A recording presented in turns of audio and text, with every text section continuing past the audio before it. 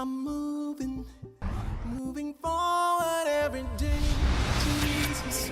I just let him lead the way every second, every minute, every hour of the day. I'm moving with Jesus every day, 24/7. With Jesus every day, 24/7. I'm moving with Jesus.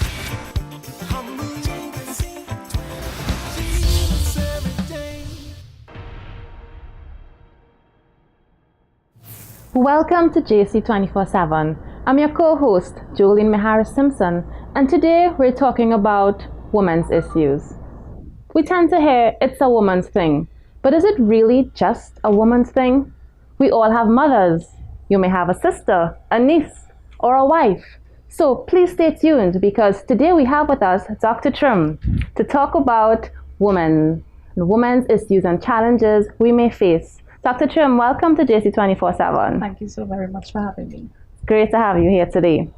So Dr. Trim, I think each woman could remember that day that she got her first period and officially became a woman. Tell us, why do we have periods? I mean, the word is already so taboo. What is the purpose of it?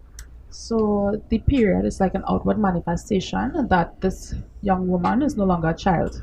She's becoming a woman, and it represents her now having the ability to have children, so she can reproduce. So that's basically the main importance of what the period would mean for a child who's transitioning into womanhood, as we want to call it. And what is termed regular?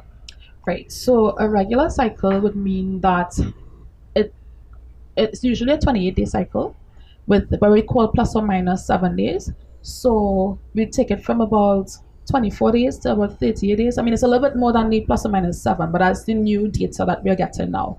So a regular cycle would be that her cycle would come, if it's on the 1st of January, it may come again on the 1st of February. Some women have it that down to a T, right? So it's every month she has her menstrual cycle. And tell us about pain. Is it supposed to be painful? Because I myself have my personal testimony of going through very painful periods, and persons tell you, suck it up, it's normal. Is it really normal to have pain? I did not know that it was not normal to have pain until I went into medical school, because I also experienced that menstrual cramps every month, that dreaded time of month. But it's not normal. It's actually abnormal, and you should begin to seek help if it starts to affect your quality of life. So it's not normal. Okay, and what can a woman do to alleviate that pain, that discomfort? Right, so you'd hear some women use women's Panadol, use Panadol Ultra, some use ibuprofen. So different analgesia you try to use first. And again, if it doesn't help, don't stay home and bite your pain. You go to your local health center, you speak to a doctor, and then if they think that you may need referral to a tertiary center, like one of the hospitals, Port of Spain, Mount Hope, San Fernando, go in and get the help that is required.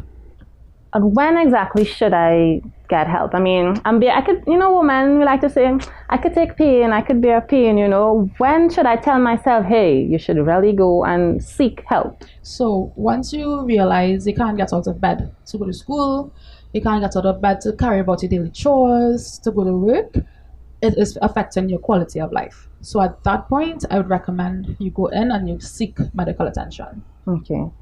Anytime I hear the word menstruation, I can't help but think about the woman with the issue of blood. I mean, she waited 12 years having this problem, seeing so many doctors. Right. I could imagine her frustration. I mean, there are women out there having issues with blood. The flow might be heavy, Right. It might be too long. Tell us about what problems occur when we, have this heavy or uncomfortable flow. Well, number one, we should define what is heavy.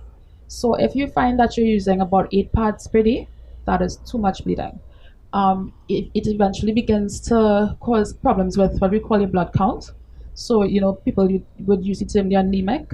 So you tend to look pale, you get cold easily, your hands look pale, you look like a ghost, quote unquote. So when you bleed that heavily every month, your blood count drops, and then you're more prone to infection, you're more prone to, even if the anemia, I've seen women come into hospital with a blood count of 4.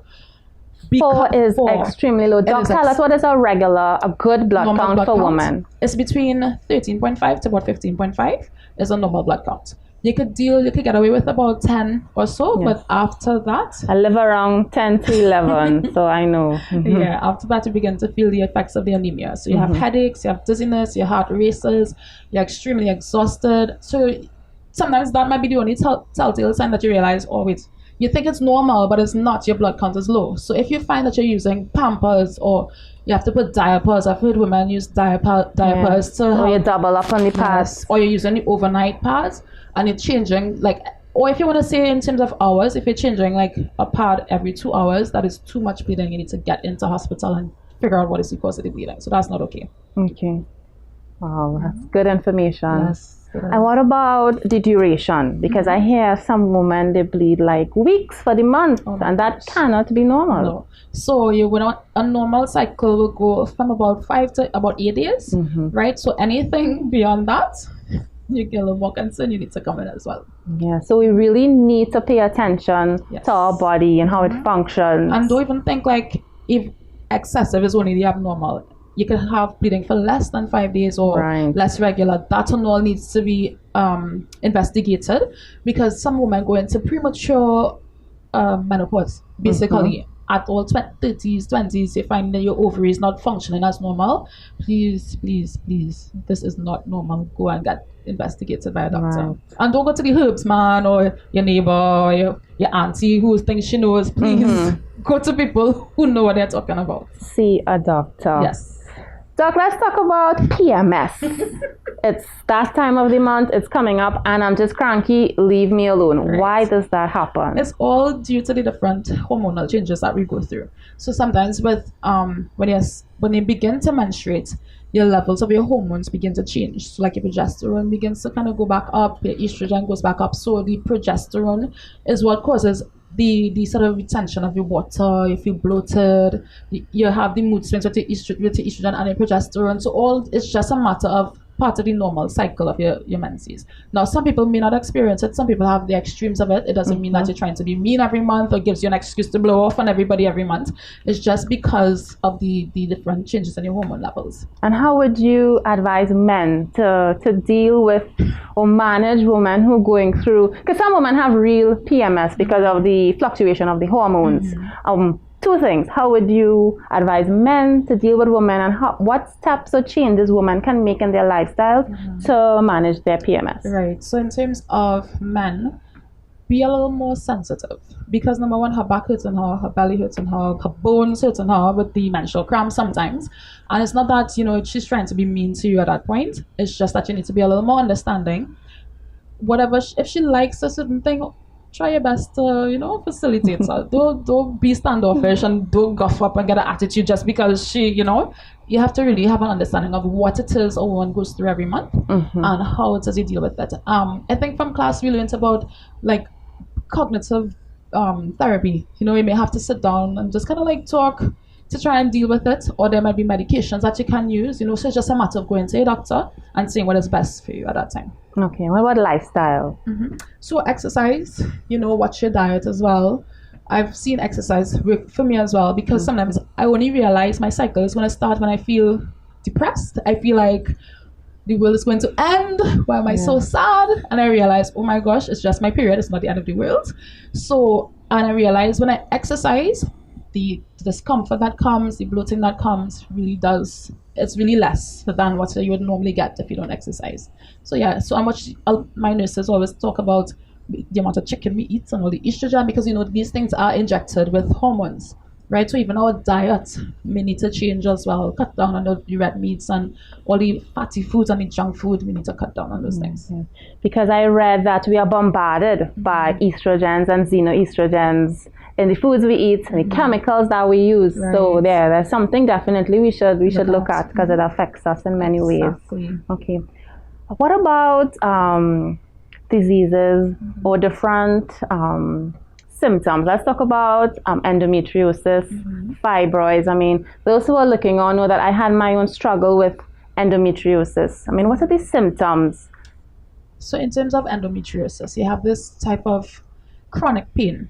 You have pain with your cycle, you have pain outside of your cycle, you can have pain after intercourse.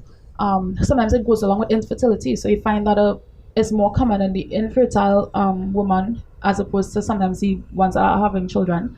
So it's the main thing is that terrible pain that is both with your cycle and without your cycle. You may also have heavy menstrual bleeding as well with endometriosis. So those are more the main symptoms that you'll find with it. Yeah, I think it's very important because I know that struggle with pain, to know that pain is not normal, and when it's chronic, you really need to get that help.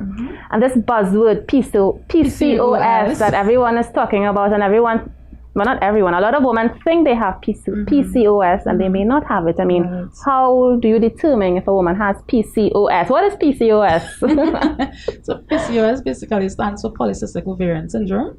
And the simplest way to put it, because even in the medical jargon that we use, it's still kind of, you scratch your head like, what are they really talking about?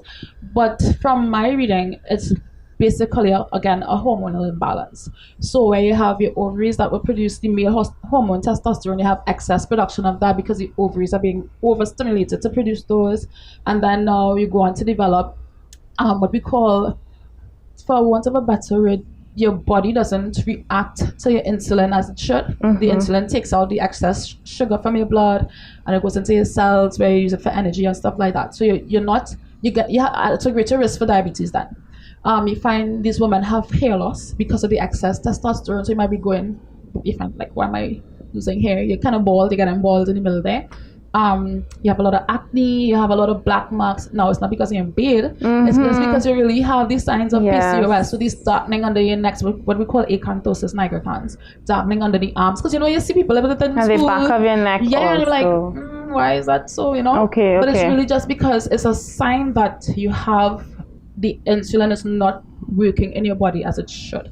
Right? Also, one of the, now, not saying that it's only found in obese women, because you can have young ladies who have PCOS as well, but we see it in a lot of obese women. So sometimes you just look at a patient, you see the hair above the lip. So the hair is also like male pattern where they get it hair, they get it excessive in the arms, they get it by the sideburns. So something you can just look at a person and say, polycystic ovarian syndrome. Okay, so much information. We want to continue this discussion with Dr. Trim. When we return, we're going to stop for a short break, continue talking about PCOS, what can be done, and also fibroids, cancer. So don't move, we will be right back.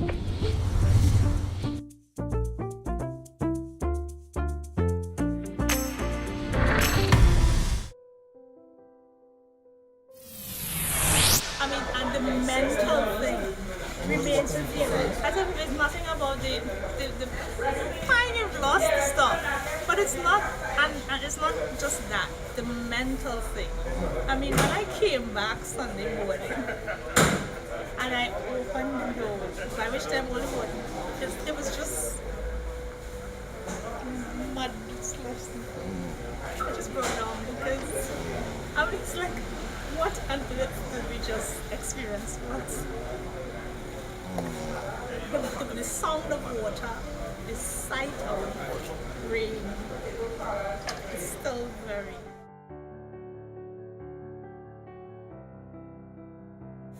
It really brought the community together in the sense that further together. Because for us here, we have our own little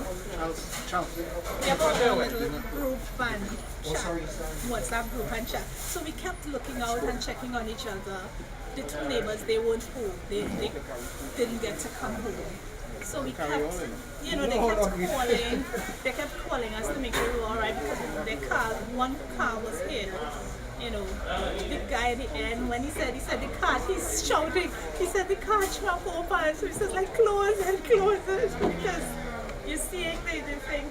And when the rain stopped and the water started, the guys started to come out and walk around to kind of call to make sure everybody was all right.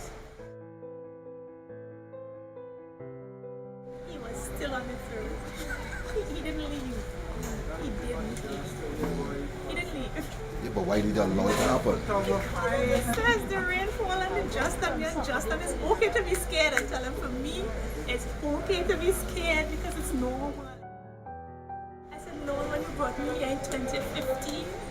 You knew of October 19th, 2018. You're not twiddling your thumbs and nothing takes you by surprise. So just how you knew that, you know, and you will keep us. Everything will come. It is going to, it's not 1 year of stuff that you just move. It's years of stuff. But you're going to take care of it. I cried. I think the tears came out just so by word. But Sure. because it was just... Right. When the boat was going, when I can say anything, it's like, Jesus, I'm not losing hope. In that I know he would, I'm not losing hope. But so you gotta do something, and something he did.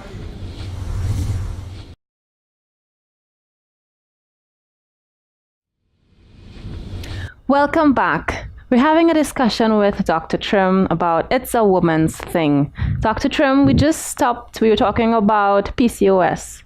How does one treat PCOS? We tend to start with these simpler things. So diet. So we usually would refer patients to the dietitian so that they can assess what their diet is like, what we can do to lessen the amount of calories, because the main goal would be weight loss. Once your weight is under control, the imbalances in the hormones tend to be a little more controlled, and you find that your menstrual cycle may regularize a bit. Then we also talk about exercise as well, which will complement your diet for weight loss. And then in terms of if the goal is pregnancy, because as polycystic ovarian syndrome can affect your fertility. So then we will go on to add in medical management. So we add in like metformin, which is also known as glucophage, that is supposed to help you actually ovulate so that you can get pregnant. And then might go try a course of contraceptive pills. There are different things for the different goals, right? But the main things that we recommend to women are diet, exercise, and weight loss. Okay, great. Fibroids, another big issue affecting women, not just in Trinidad, but in the Caribbean. I mean, why do we have such a high incidence of fibroids, and how can a woman determine if she has fibroids, and what should she do? Right. So, from what the studies show, it's very much more common in Black women, Caribbean women, Black women in the United States, right? It's familial as well. It's hereditary, right? So if your mom had it, your aunt had it, there's a chance that you will have it as well. The symptoms of it would be the fibroids, based on where they are found in the womb, would give you different symptoms. So if it's close to the lining of the womb, you would have heavy bleeding. If it's more in the womb itself, it could get a lot of pain as well with it. Sometimes you have very large fibroids where you think you're pregnant, and it's actually growing because of the estrogen that it feeds off of. So you have very large fibroids, which will now compress your bladder, so it affects your urination, and it causes constipation. So those are some of the symptoms that you tend to look out for with uterine fibroids. Yeah. I mean, this body of ours is so delicate. We really have to know it and know when things are going wrong, when things are just not right, and when we need to get help. Doc, sometimes a woman misses a period and she's not pregnant, and she wonders, oh gosh, why are you counting down the days? No period. Why does this happen? Right. There's a number of factors that would affect your menstrual cycle. The system that God is so awesome. The system that controls your menstrual cycle is so very complex. So even everyday stressors, if you're very much stressed out with a relationship, or you're very much stressed out on your job, or just you have a serious job demand that you have to meet and it's highly stressful, that can cause your cycle to go awry. So you can actually miss your period, or sometimes it comes even heavier or more regular than normal. Then it goes to genetic reasons as well, different conditions that you may not really know of. Just the way you look, you may not be able to detect, oh well, you have this condition or this genetic issue. Some of them you can detect them from the way you look as well. So genetics play a big part in this. In terms of looking normal and not having a period, sometimes your uterus is not there. Wow. And you will detect it early on, because you're like, why haven't I seen my period? Why hasn't this child seen her period yet? And you go to a doctor, you do an ultrasound, and you find, oh my gosh, where's her womb? Or even if the ovaries are missing. So these are very rare causes of what we call amenorrhea, where you don't have a cycle. Absence, yes. Right? And you're still looking normal on the outside. So it's a myriad of different reasons why you even like persons who are bulimic. So there are people who they try to form a backup because they're so stressed about keeping your weight down. You go and you don't eat normally, all of that, your body fat now drops off. You can have a period of amenorrhea where you miss your menstrual cycle. Wow. So in addition to earlier you spoke about exercise, eating a healthy diet, managing stress. Yes. I see that now it's very important, in having a regular cycle. Yes. Good. In addition to all these things we've spoken about, cancer is on the rise. We hear about cervical cancer, ovarian cancer. Can you talk to us more about the symptoms of these cancers? One time, our consultant asked us, which cancer you prefer to have, ovarian cancer or cervical cancer? So you kind of scratching your head, they don't understand where this lady coming from. And she said, you know what? If you have to have a cancer, cervical cancer is the better one to have. No way. Because, yes, ovarian cancer presents in stage 4 most of the times, meaning that you have these vague symptoms of abdominal pain, you're bloating, you're easily satisfied in terms of when you eat, and you're thinking, oh, well, maybe it's nothing, you're just having an off day, you're gassy. And when you do go in for, like, say, you just realize there's a mass, because sometimes that's how you detect it as well. You have a mass in your tummy, and you go in and you do the test, you realize it's stage 4 ovarian cancer. That's why she was saying it's better to have cervical, which would give you signs earlier that you can treat earlier as opposed to ovarian cancer. So if you have cervical cancer, you need to look out for signs, again, of bleeding in between when your period is supposed to come. Because we spoke about regular cycles before. Yes. So it would come regularly, either on the first, like whatever date it comes at, it will come back on the next month. It might be a 4-day difference, a 7-day difference, that's okay. But if you find you're having more menstrual cycles in a month, look out, that's dangerous. If you're getting like a foul discharge coming down below, watch out. If you're losing weight, you're having these fevers at night, your appetite is is decreasing, look out. If you're getting pain after intercourse, you're bleeding after intercourse, these are some symptoms that something is going on. You need to go and get checked out. Wow. So we pray to God that we do not want either cancer. Exactly. But concerning screening, there's screening that can be done for cervical cancer. I mean, I've met women who've never done a screening. Tell us more. What type of screening do we need to get done? Right. So in terms of cervical cancer, you want to start at age 21, right? Or they say as well, if you start having intercourse a little earlier, you wait till about 3 years after, because somebody less than 21 years old, their body the changes that you would get that make you kind of worry. If it's something to worry about, your body gets rid of it, your body clears it. So from 21 to about 65 years of age, you need to be doing your pap smears. And this process basically is you go into a doctor, it's not a surgical procedure. The legs go up in stirrups. We pass a metal instrument down below. It's called a speculum. They open up to see the mouth of the womb. And then we take it looks like, a pallet man? Yes. Right. So we take one of those little pallet sticks, right? And we pass it around the outside of the cervix, put it on a slide. There's a little brush, right? You put it into the mouth of the womb. It's very fast. Yes. I remember. It's very fast. Very quick, unless we can't see what we need to see. But it's usually quick. It's painless. And we slide that. We put everything on the slide, spray it goes off to the lab. It takes about 6 weeks.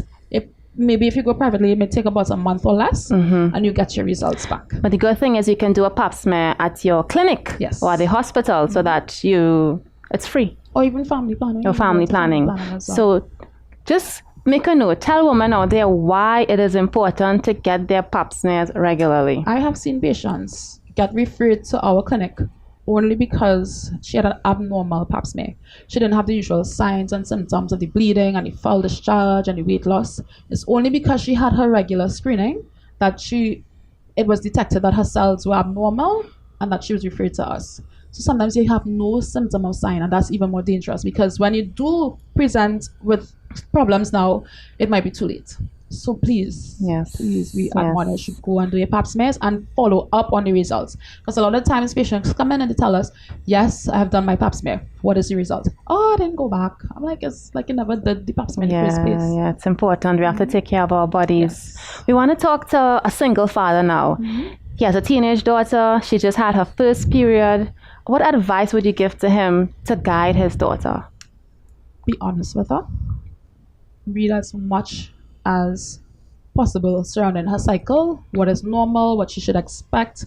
If she's getting these symptoms, we can go and get it checked out. So be open and honest, because that's a problem we have in the Caribbean. Our parents tend to, some may speak with their children, and then some, they may feel a little shame or didn't grow up that way and they don't have that communication they should have with their children. So speak clearly with her and tell her what it means, because with having a menstrual cycle comes so many different issues out of that. So she's able to have children now. So if she goes and she has intercourse, she can get pregnant. Up to this year in August, I was told by my children in Sunday school that it's the stalk that brings babies. A stalk, like really, we telling our children in this day and age that a stalk is bringing babies. It's important to tell children, really, the truth.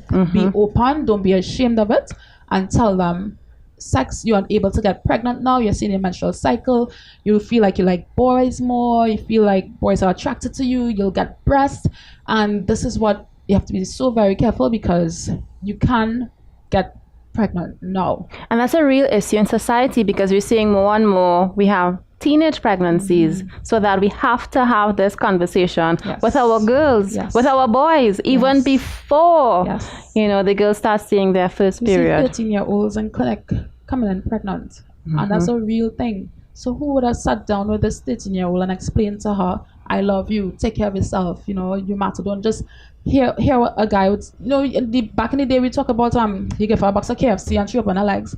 Those things are real, right? So we have to train our children from now, explain to them the dangers, what signs to look out for in guys, what are good signs, what are bad signs, and take it from there, and so that we can prevent this epidemic of teenage pregnancy. Thank you, Dr. Trim. Wow, we have covered a lot of information in a short space of time. Getting to know our bodies, women's bodies, is so complex, wonderfully made. And we ask you to please take care of your bodies, love yourselves, and men, take care of us. Even sometimes we might be a little cranky during PMS. Understand us, because God has made us all in His own image and likeness. Thank you for watching. Do join us again for JC 24/7.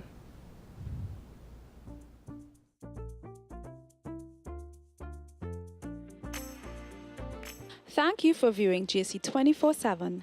Be sure to subscribe to our YouTube channel, and remember to inspire your living as you prepare for heaven. You can get it all on JC 24/7.